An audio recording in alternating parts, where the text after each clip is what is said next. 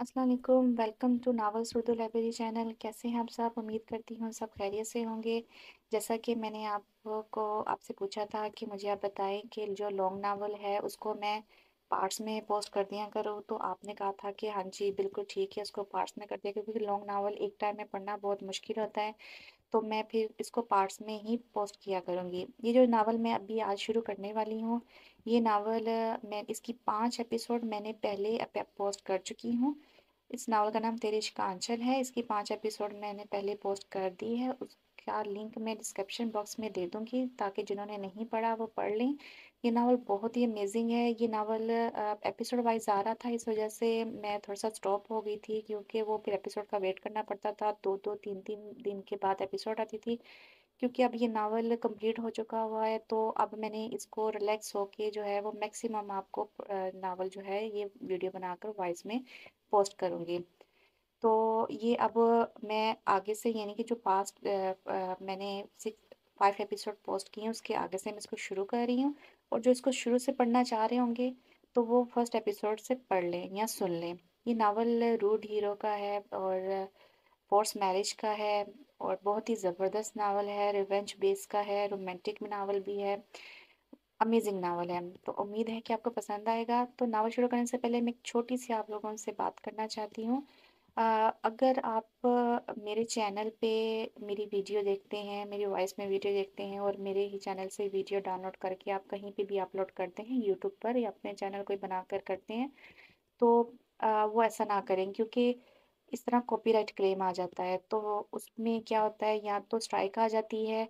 अब यूट्यूब वालों ने इस तरह ऑटोमेटिकली कर दिया है कि किसी का कंटेंट जो है वो अगर अपने चैनल पे आप लोग अपलोड करते हैं, उसको कॉपीराइट के साथ ही जो है ना स्ट्राइक आ जाती है। तो मुझे थोड़ा-सा बुरा लगा कि और लगता है कि अगर कोई मेरी वीडियो अब डाउनलोड करके अपने चैनल पे अपलोड करेगा, उसको कॉपीराइट क्लेम आ जाएगा, स्ट्राइक आ जाएगी, चैनल मोनेटाइज नहीं होगा, और आगे से चैनल बंद हो जाएगा। और वैसे भी कॉपीराइट जहाँ पे क्लेम आ जाता है, चैनल मोनेटाइज नहीं होता। तो फिर आप लोगों ने जो बाकी की वीडियोस अपलोड की होती हैं या खुद की होती हैं, वो आपकी मेहनत भी जो है ना वो वेस्ट हो जाती है। तो इस वजह से जो है वो अपना कंटेंट बनाएं, अपना अच्छा अच्छा कंटेंट बनाएं, उसको अपलोड करें, ताकि आपको जो है वो आइडिया हो कि एक चीज़, एक कंटेंट बनाने में कितनी मेहनत लगती है, और जब आप मेहनत करते हैं तो उसका रिवॉर्ड भी आपको बहुत अच्छा मिलता है। उम्मीद है कि आप समझ गए होंगे। अगर आपने अपना चैनल बंद नहीं करवाना, उसको कॉपीराइट क्लेम नहीं लेकर आना, तो काइंडली मेरे चैनल से वीडियो डाउनलोड करके अपने चैनल पर अपलोड ना किया करें। नहीं तो आपके चैनल बंद हो सकते हैं या कॉपीराइट क्लेम आ सकता है। इसमें मेरा कोई फाल्ट नहीं है। यूट्यूब की तरफ से ही ये पॉलिसी आ चुकी हुई है। मुख्तलिफ पॉलिसीज़ आ रही हैं, और अब ये भी आ चुकी हुई है। वो ऑलरेडी जो है वो अलर्ट दे देता है चैनल को कि ये कंटेंट दूसरे चैनल का है, या तो इसे रिमूव करें, या इसको जो है वो इसका अगेन ना पोस्ट करें। तो उम्मीद है कि आप समझ गए होंगे कि नावल्स उर्दू लाइब्रेरी चैनल या किसी भी चैनल का अगर आप कोई कंटेंट जो है वो लेकर अपने यूट्यूब चैनल पर करते हैं अपलोड, बेशक उसमें कोई भी चेंजिंग करते हैं, लेकिन वो जो है वो अलर्ट आ जाता है। ये मैं ऐसे नहीं कह रही, बहुत से जो है वो जो यूट्यूबर्स हैं, वो छोटे यूट्यूबर्स हैं, वो जैसे मैं हूँ, वो बहुत से इस वजह से परेशान हैं। इसलिए बेहतर है कि आप क्वालिटी को यूज़ करें, ना कि क्वांटिटी को यूज़ करें। आप अपना कंटेंट बनाएं, अच्छा सा कंटेंट बनाएं, और उसको अपलोड करें, और ताकि आपको यूट्यूब वाले जो है किसी किस्म की कोई कॉपीराइटिंग या स्ट्राइक ना दें। उम्मीद है कि आपको मेरी ये बात पसंद आ गई होगी। तो चलें ये नावल शुरू करते हैं। ज़ुमार, तुमने मुझे मजबूर कर दिया है, जो मैं नहीं करना चाहता था। ये कहते हुए मुर्तज़ा बेग शहनाज बेगम के कमरे की तरफ चला गया था। ऐसे क्या देख रहे हो मुझे? कोई गलत काम करने नहीं जा रहा, निकाह करने जा रहा हूँ। अब ऐसी सूरत हाल में यही सब होना था। मैं महरिश को तो नहीं छोड़ सकता, जब कि मैं जानता हूँ वो एक अच्छी लड़की है। ज़ुमार ने अपनी कलाई पर घड़ी बांधते हुए दोबारा फिर से ड्रेसिंग टेबल के सामने आकर खड़ा हो गया था। खुद को शीशे में देखते हुए, परफ्यूम लगाते हुए, ज़ुमार बेड की तरफ बढ़ा जहाँ इसने अपना कोट रखा हुआ था। लेकिन भाई, वो डैड ने शहरयार अभी पूरी बात कह नहीं पाया था कि नवाज जो इसके घर का और ज़ुमार और मुर्तज़ा बेग का ख़ास आदमी था, परेशानी में घबराहट के साथ दरवाज़ा खोलकर अंदर दाखिल हुआ। ज़ुमार साहब, जमार जो बेड से अपना कोट उठा रहा था, उसने वहीं छोड़कर नवाज की तरफ देखा। शहरयार ने भी नवाज को इतना परेशान कभी नहीं देखा था। क्या हुआ नवाज, तुम इतने घबराए क्यों हो? जमार ने पूछा। जमार साहब, वो बेगम साहिबा। नवाज के मुंह से अभी बात मुकम्मल नहीं हुई थी कि दोनों के कानों में एम्बुलेंस की आवाज़ गूंजी। शहरयार ने जमार की तरफ देखा। क्या हुआ माँ को? जमात तेज कदमों के साथ नवाज को रास्ते से हटाता हुआ शहनाज बेगम के कमरे की तरफ भागा। इसके पीछे शहरियार नवाज भी चले गए थे। डैड, क्या हुआ माँ को? आप कुछ बता क्यों नहीं रहे? सुबह तो वो ठीक थी। जमान मुर्तजा बेग को कह रहा था, जो एम्बुलेंस के साथ आए डॉक्टर्स के पास परेशानी से खड़ा था। हमें इन्हें फौरन अस्पताल लेकर जाना होगा। अगर थोड़ी सी भी देर होगी तो हम इन्हें नहीं बचा सकते। एक डॉक्टर की बात सुनकर जमार के साथ साथ सॉरी जमार के साथ साथ शहरियार की भी जैसे जिस्म से जान निकल गई थी। तो शक्ल क्या देख रहे हैं आप? इन्हें शिफ्ट करें अस्पताल में। जमार डॉक्टर पर चलाया। शहरयार ने फौरन जमार के कंधे पर हाथ रखा। इतनी देर में शनाज बेगम को एम्बुलेंस में शिफ्ट कर दिया गया था और अस्पताल लेकर चले गए थे। जमार शहनाज बेगम के साथ एम्बुलेंस में बैठा था और मुर्तज़ा बेग शहरियार के साथ पीछे गाड़ी में आ रहे थे। कुछ ही मिनट में से क्या हो गया था। जमार अपनी माँ का हाथ पकड़े आंखों में नमी लिए इन्हें देख रहा था। माँ, आपको कुछ नहीं होगा, मैं कुछ नहीं होने दूंगा। आप ऐसे छोड़कर नहीं जा सकती मुझे। जमार ने बात करते हुए शनाज बेगम के गाल पर अपना हाथ रखा। कुछ ही देर में अस्पताल आ गया था। शनाज बेगम को आईसीयू में शिफ्ट कर दिया गया था। जमार के लिए इसकी माँ ही सब कुछ थी। शहरियार अपनी माँ से इतना अटैच नहीं था जितना जमार था। शहरियार शुरू से ही मुर्तज़ा बेग के साथ रहता था, लेकिन चेहरे दोनों के उतरे हुए थे। जमार इस सब में ये भूल ही गया था कि कोई इसका बेसब्री से इंतजार कर रहा था। जमार के लिए एक एक मिनट गुजारना मुश्किल हो रहा था। वो बार बार आईसीयू की तरफ जाता, लेकिन फिर मायूस होकर लौट आता। जमार, बैठ जाओ, सब ठीक हो जाएगा। मुर्तज़ा बेग ने जमार के कंधे पर हाथ रखते हुए इसे रोककर कहा। डैड, माँ को कुछ होगा तो नहीं ना? प्लीज़ मेरी माँ को बचा लें। यूँ अचानक ऐसे क्या हुआ कि वो? जमार कहते हुए रुक गया जब मुर्तज़ा बेग ने उसके कंधे पर थपकी दी थी। जमार का लहजा वो वैसा ही था जब शनाज बेगम को गोली लगने के बाद अस्पताल लाया गया था। वो ऐसे ही मुर्तज़ा बेग के सामने बेबस होकर रोते हुए बात कर रहा था। कुछ नहीं होगा तुम्हारी माँ को। हौसला रखो, अल्लाह पर यकीन रखो और दुआ करो, सब ठीक हो जाएगा। और यहाँ आकर बैठ जाओ। मुर्तज़ा बेग ने जमार को आईसीयू के साथ रखी चेयर पर बैठने का कहा और साथ ही शहरियार की तरफ इशारा किया, जो पहले से शहरियार सर झुकाए बैठा था। शहरियार को देखते हुए जमार ने गहरा सांस लिया और इसके पास जाकर बैठ गया। सब ठीक हो जाएगा, जमार ने शहरियार के कमर पर हाथ रखते हुए कहा। वो खुद भी डर गया था, लेकिन शहरियार को संभालना भी इसका फर्ज था। घड़ी की टिक टिक अपनी रफ्तार से बढ़ रही थी। जमार को अस्पताल आए 2 घंटे हो गए थे। 5 से 6 और फिर 6 से 7 बज गए थे, लेकिन डॉक्टर आईसीयू से बाहर नहीं आए थे अभी तक। जमाल कुर्सी पर बैठा टांगों पर बाजू जमाए अपनी माँ के लिए परेशान था, और इसी परेशानी में वो अपनी जिंदगी को एक नए मोड़ की तरफ मोड़ चुका था, जो उसे भी खबर नहीं थी। मैरी जो जमाल के इंतजार में बैठी थी, इसने घड़ी में टाइम देखा तो 5:30 हो गए थे। जमाल कभी किसी जगह लेट नहीं पहुंचा था, और इसका 30 मिनट पहले मैसेज करना कि मैं आ रहा हूँ और अब तक ना पहुंच पाना महरिश को परेशान कर रहा था। महरिश कहाँ है? जमार अभी तक क्यों नहीं आया? तबस्सुम बेगम ने महरिश के कमरे में आते ही कहा, जो पहले से कान के साथ मोबाइल लगाए जमार को कॉल कर रही थी। लेकिन जमार का फोन वहीं ड्रेसिंग टेबल पर पड़ा रह गया था। मम्मी, मैं कॉल कर रही हूँ, लेकिन जमार कॉल पिक नहीं कर रहा। महरिश ने कान से मोबाइल फोन हटाते हुए कहा। महरिश, सब मेहमान आ गए हैं और तुम्हारे डैड कब से पूछ रहे हैं, इसलिए उन्होंने मुझे यहाँ भेजा है कि मैं तुमसे पूछूं। तबस्सुम बेगम ने भी परेशानी से कहा। मम्मी, मैं खुद अपसेट हूँ। जमार ऐसे कैसे कर सकता है? लाजमी कोई बात हुई होगी। महरिश को यूं अचानक जमार की फिक्र करते देखकर तबस्सुम बेगम के माथे पर बाल पड़ गए। कहीं तुमने कुछ कह तो नहीं दिया ऐसे? तबस्सुम बेगम की बात पर महरी, जो जमार को मैसेज टाइप कर रही थी, इसके हाथ वही रुक गए थे। मम्मी, आप मुझ पर शक कर रही हैं? मैं ऐसे शख्स के लिए आप दोनों को धोखा दे सकती हूँ जिसे मैं पसंद भी नहीं करती? कमाल करती हैं आप। मैरिश ने गुस्से में आते हुए कहा। जमार के यूं अचानक गायब होने पर और कॉल पिक न करने पर महरिश को अपनी इंसल्ट महसूस हो रही थी। टाइम गुजरता जा रहा था, और टाइम गुजरने के साथ साथ फिरोज अली का गुस्सा भी बढ़ता जा रहा था। मेहमानों को आए 2 घंटे हो गए थे जब फिरोज अली गुस्से से महरिश के कमरे में आया था। कहाँ है जमार? क्यों नहीं आ रहा वो? बताओ मुझे, फिरोज अली ने महरिश पर चलाते हुए कहा, जिस पर महरिश यकदम कांप गई। डैड, मुझे नहीं पता, मैं खुद परेशान हूँ। महरिश के बाकी के अल्फाज इसके मुंह में ही रह गए थे जब फिरोज अली ने आगे बढ़कर महरिश को गर्दन से दबोचते हुए दीवार के साथ लगाया था। मैं तुम्हें अपनी बेटी समझकर पालता रहा और तुम मेरे साथ धोखा करती रही हो। फिरोज अली को शक हो रहा था कि महरिश ने जमार को सब बता दिया था। فیروز چھوڑے مہرش کو، اس نے کچھ نہیں کیا، وہ خود پریشان ہے، چھوڑے اسے۔ تبسم بیگم اور فیروز علی کا ہاتھ مہرش کی گردن سے پیچھے ہٹانے کی کوشش کر رہی تھی۔ بتاؤ مجھے، کیوں کیا تم نے ایسا؟ میرے ساتھ اتنے سالوں کی محنت کو کیوں ڈبو دیا تم نے؟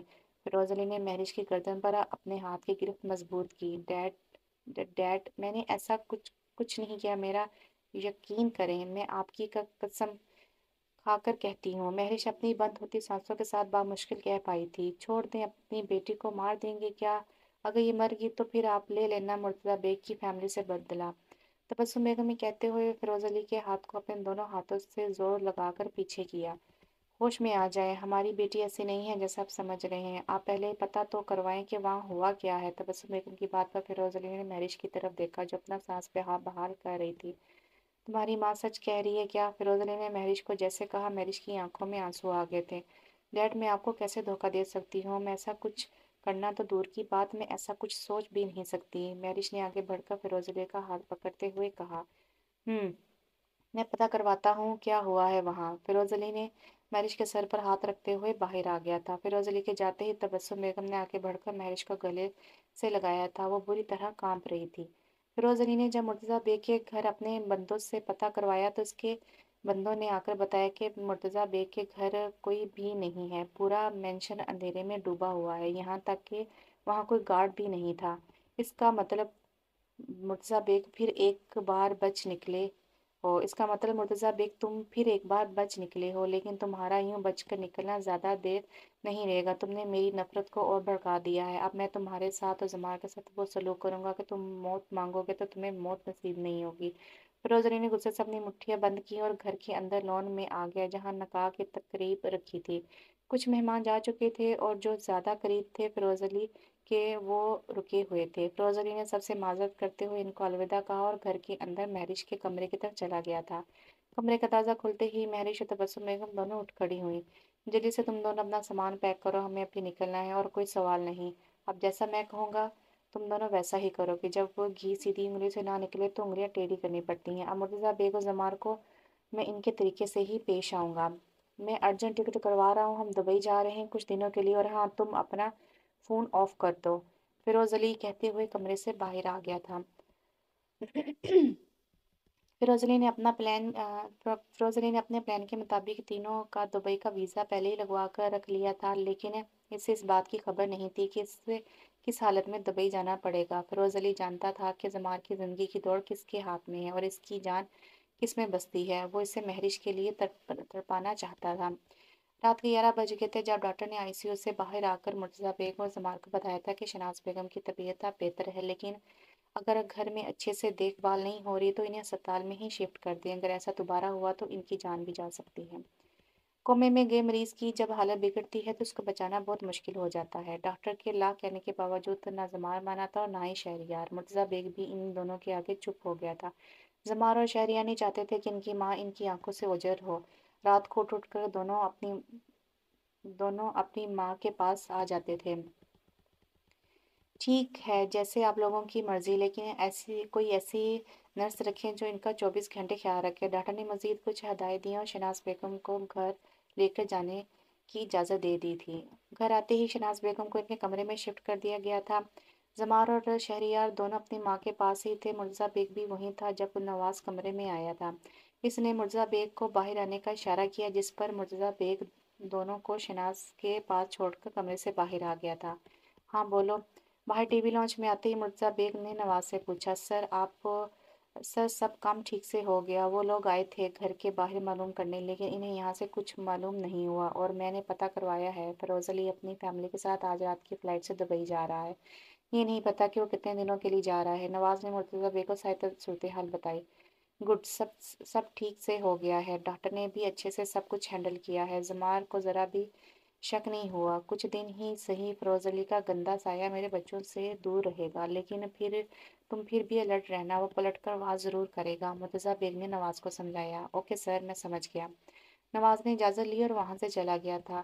بھائی آپ چینج کر لیں، میں ماں کے پاس ہوں۔ شہریار کے کہنے پر زمار نے تھکے انداز میں سر ہلایا اور اپنے کمرے کی طرف چلا گیا تھا۔ کمرے میں آتے ہی زمار بیڈ پر بیٹھ گیا تھا۔ اس نے اپنے दोनों हाथों को चेहरे पर लाते हुए अपनी गर्दन के पिछले हिस्से पर अपने हाथों की गिरफ्त मजबूत की और साथ ही ड्रेसिंग टेबल पर पड़े मोबाइल को देखा। बेड से उठते हुए ज़मान ने जैसे अपने मोबाइल का लॉक ओपन किया तो महरिश की 50 से ज़ायद कॉल्स और बेशुमार मैसेज आए थे और महरिश का आखिरी मैसेज पढ़कर ज़मार की आंखों में नमी आ गई थी। ज़मार, आपने मेरा मान तोड़ दिया है। आपने मुझे साथ दिलाया है कि मैंने जो आप पर भरोसा किया था वो गलत था। ज़मार मैसेज को स्क्रीन पर रखे दिखता जा रहा था। मुझे यकीन है कि जब तुम मेरी बात सुनोगे तो तुम समझ जाओगे। ज़मार ये कहते हुए महरिश को कॉल मिलाई लेकिन इसका नंबर बंद जा रहा था। नंबर बंद है। ज़मार ने मोबाइल फ़ोन कान से हटाते हुए कहा। मैं आ रहा हूँ महरिश, मैंने तुम्हारा मान नहीं तोड़ा, बस थोड़ी देर हो गई थी मुझे आने में। मैंने आज का वादा किया था तुमसे और वो मैं पूरा करूँगा। ज़मार ये कहते हुए टेबल से गाड़ी की चाबी उठाई। कहाँ जा रहे हो ज़मार? मुर्तज़ा बेग ने ज़मार को घर के बाहर जाते हुए देखकर कहा। जो काम अधूरा रह गया था इसे पूरा करने जा रहा हूँ। ज़मार ने अपने कदम रोकते हुए कहा। ओके ठीक है, काम मुकम्मल करके अपनी माँ के कमरे में आ जाना, मैं भी वही होऊंगा। तुम्हारी माँ को अकेले नहीं छोड़ सकते, हमारा इनके पास होना ज़रूरी है। मुर्तज़ा बेग ने जैसे कहा ज़मार यकदम खामोश हो गया था। इसके अंदर जो एक हलचली मची हुई थी, एक बेचैनी थी, वो अपने डैड की तरफ देखते ही ख़त्म हो गई थी। इसने आज पहली बार अपने बाप की आंखों में नमी देखी थी और अपने माँ के लिए इतना परेशान देखा था। डैड, मैं जल्दी आ जाऊंगा और मैं माँ को छोड़कर कहीं नहीं जा रहा। जमार का लहजा भी नरम पड़ गया था। ठीक है, मुर्तज़ा बेग मुख्तसर कहते हुए शहनाज के कमरे की तरफ चला गया था। वो जमार को हर मुमकिन कोशिश करके रोकना चाहता था जब तक महरिश लोग एयरपोर्ट के लिए निकल नहीं जाते और इस मकसद में भी मुर्तज़ा बेग कामयाब भी हो गया था। जमार जैसे ही फिरोजले के घर गया वहाँ कोई मौजूद नहीं था। घर का मेन गेट लॉक था। काफ़ी बैल देने के बाद भी कोई बाहर नहीं आया था। रात की तारीकी फैल रही थी और उसी तारीकी में ज़मार का दिल भी डूब रहा था। मैरिज को मुसलसल कॉल करने पर जब इससे राब्ता नहीं हो सका तो ज़मार ने फिरोज़ अली को कॉल मिलाई, लेकिन वहाँ से भी मायूसी का सामना करना पड़ा था ज़मार को। रात के 4 बज गए थे, हर तक खामोशी छाई हुई थी। ज़मार कभी अपनी गाड़ी के साथ टेक लगाए तो कभी सड़क पर चक्कर लगाते फिरोज़ अली के घर का गेट खुलने का इंतज़ार कर रहा था, लेकिन जो दरवाज़ा इसके लिए किस्मत ने बंद कर दिया था वो इसके यूं इंतज़ार करने पर कैसे खुलता। सुबह की रोशनी फैलना शुरू हो गई थी। ज़मान ने सारी रात मैरिज का इंतज़ार किया और वो नहीं आई और ना ही इसने आना था। वो तो इसे मोहब्बत के इस रास्ते पर अकेला छोड़कर चली गई थी जिसमें मोहब्बत भी ज़मान ने की थी और बेवफाई भी ज़मान ने की थी। एक रात में ही जहाँ इसने मैरिज का महरम बनना था वहाँ वो मुजरिम बन गया था। अपनी पुरखुलूस मोहब्बत के बावजूद वो अपने ऊपर दगाबाजी का दब्बा लगा चुका था। इसे रह रह कर महरिश के वो अल्फाज याद आ रहे थे जो उसने मैसेज में कहे थे कि तुमने मेरा मान तोड़ दिया है। गाड़ी में बैठते ही ज़मान ने गुस्से से स्टीयरिंग पर हाथ मारा। क्या हमारी मोहब्बत इतनी कमज़ोर थी मैरिश कि तुम मेरा इंतज़ार ही नहीं कर सकी? मैं तुम्हारा मुजरिम हूँ लेकिन मेरी बात तो सुन लेती। मेरी बात सुने बगैर तुम मुझे सज़ा सुनाकर चली गई हो। ज़मान ने फिरोज़ के घर की तरफ देखते हुए गहरी सांस ली और गाड़ी स्टार्ट करते हुए घर की तरफ चला गया था। घर आते ही जमात सीधा अपनी माँ के कमरे की तरफ गया। कमरे का दरवाज़ा खोलते ही इसकी नज़र सामने बेड के दोनों तरफ पर पड़ी। एक तरफ शहरियार कुर्सी पर ही बैठे बेड पर सर रखे सो रहा था, दूसरी तरफ मुर्तज़ा बेग कुर्सी से टेक लगाए आंखें बंद किए बैठा था। दरवाज़ा खुलने की आवाज़ पर मुर्तज़ा बेग ने फौरन आंखें खोली। जमार मुर्तज़ा बेग ने जमार की तरफ देखा, जिसके बाल उलझे हुए थे, शर्ट के बटन खुले हुए थे और कोट को बाजू में डाला हुआ था। सारी रात जागने की वजह से जमार की आंखें सुर्ख होने के साथ साथ चीख चीख कर बता रही थी कि वो ना सिर्फ नाकाम होकर आया था बल्कि बेगुनाह होते हुए भी अपने सर बेवफाई का बोझ उठा लाया था। मुर्तज़ा बेग कुर्सी से उठकर जमार के पास आया था और इसके कंधे पर हाथ रखते हुए थपकी थी जैसे वो जमार को अनजाने में इसके साथ होने वाली नाइंसाफी के लिए हौसला दे रहा हो। मुर्तज़ा बेग वहां से बगैर कुछ कहे अपने कमरे की तरफ चला गया था। ज़मान अपने कदम बढ़ाते हुए शहरियार की तरफ आया था, उसके कंधे पर हाथ रखते हुए इसे उठाया। जाओ तुम, जाओ कमरे में सो जाओ जाकर, मैं हूँ यहाँ। शहरियार ने आंखें मलते हुए ज़मार को देखा जिसकी हालत ही सब कुछ बता रही थी। शहरियार कुछ कहे बगैर ही उठकर अपने कमरे की तरफ चला गया था। अंसा के निकाह को 3 दिन रह गए थे। अब्बासी हाउस में तैयारियां हो रही थी। कुछ मेहमान आ गए थे जो दूसरे शहरों से आए थे, जिनके आने से घर में रौनक हो गई थी। सुबह के 10 बज रहे थे जब अजलान ने अंसा के कमरे में आकर इसे ज़मार का नंबर दिया था और कहा था कि हो सके तो शादी से पहले एक बार इससे बात कर लो। अंजा ने अजलान को आगे से कुछ नहीं कहा था और खामोशी से इससे नंबर ले लिया था। बेड पर बैठते एक हाथ में मोबाइल पकड़े, दूसरे हाथ में जमार का नंबर पकड़े हुए अंजा ये तय नहीं कर पा रही थी वो इस शख्स को कॉल करे या ना करे। जैसे इसने देखा था जिसे इसने देखा तक नहीं था, अब वो इसके साथ पूरी ज़िंदगी गुजारने वाला है। एक कॉल करने से क्या इसे अच्छा लगेगा या नहीं? अभी वो ये सब तय नहीं कर पाई थी कि दीक्षा कमरे का दरवाज़ा खोलते हुए अंदर आई। अंजा, किचन में आ जाओ, मेहमानों के लिए चाय बनानी है। अब इस हालत में मुझसे मज़ीद खड़ा नहीं हुआ जा रहा। दीक्षा की प्रेगनेंसी को 4 माह होने वाले थे और इस हालत में भी वो शादी की तैयारियों के साथ-साथ घर में आए हुए मेहमानों को भी देख रही थी। जी भाभी, मैं आती हूँ। अंसा ने मोबाइल और दिमाग का नंबर दराज में रखा और नीचे किचन की तरफ चली गई। दिन भर के कामों से फारिग होकर अंसा जैसे रात को सोने के लिए बेड पर आकर बैठी से दराज खोला और मोबाइल निकाला। साथ ही पर्ची पर लिखा जमाल का नंबर इसकी आंखों के सामने आ गया। घड़ी की तरफ देखते हुए जहां रात के 9 बज रहे थे, अंसा ने एक सेकंड में फैसला कर लिया और वो एक बार बात लाजमी करेगी। इसे अपने शहजादे से बात लाजमी करेगी, जिसकी दुल्हन बनने में अब सिर्फ 2 दिन रह गए थे, जिसका सहारा पाकर वो अपने ख्वाबों को पूरा करना चाहती थी। दूसरी तरफ जमाल फिर से महरिश के घर के बाहर खड़ा था और इससे खड़े 3 घंटे हो गए थे। वो दिन में भी चक्कर लगा चुका था, लेकिन इसे तब भी मायूसी हुई थी। लेकिन इसकी मोहब्बत इस बात को मानने के लिए तैयार नहीं थी कि महरिश यूं इससे बगैर बताए जा सकती है। इस उम्मीद के साथ वो शायद आज घर आ जाए। जमाल गाड़ी में सीट के बैग से टेक लगाए महरिश का इंतजार कर रहा था, जब इसके मोबाइल फोन पर एक अनजान नंबर से कॉल आई। नंबर को देखते ही जमाल को लगा कि शायद महरिश इसे नंबर तब्दील करके कॉल कर रही है। एक उम्मीद की किरण जमाल की आंखों में चमकी थी। जमाल ने फौरन कॉल उठाई। हेलो, लेकिन दूसरी तरफ से मुकम्मल खामोशी थी। हेलो, मेरी आवाज़ आ रही है क्या तुम्हें? जमाल ने बेचैनी से कहा।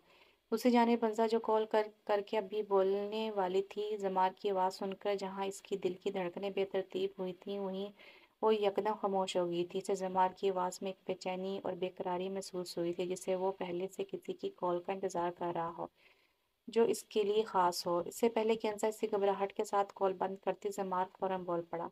महरिश, ये तुम हो ना? प्लीज़ मुझसे बात तो करो। मैं जानता हूँ कि मेरी गलती है, लेकिन क्या तुम इसकी वजह नहीं जान पाओगी? प्लीज़ कुछ तो बोलो। जमाल के मुंह से इस तरह की बातें सुनकर अंजा का रंग यकदम फीका पड़ गया था। इसे अपना वजूद सर्द होता महसूस हो रहा था। अंजा ने बगैर कुछ कहे फौरन कॉल बंद कर दी थी।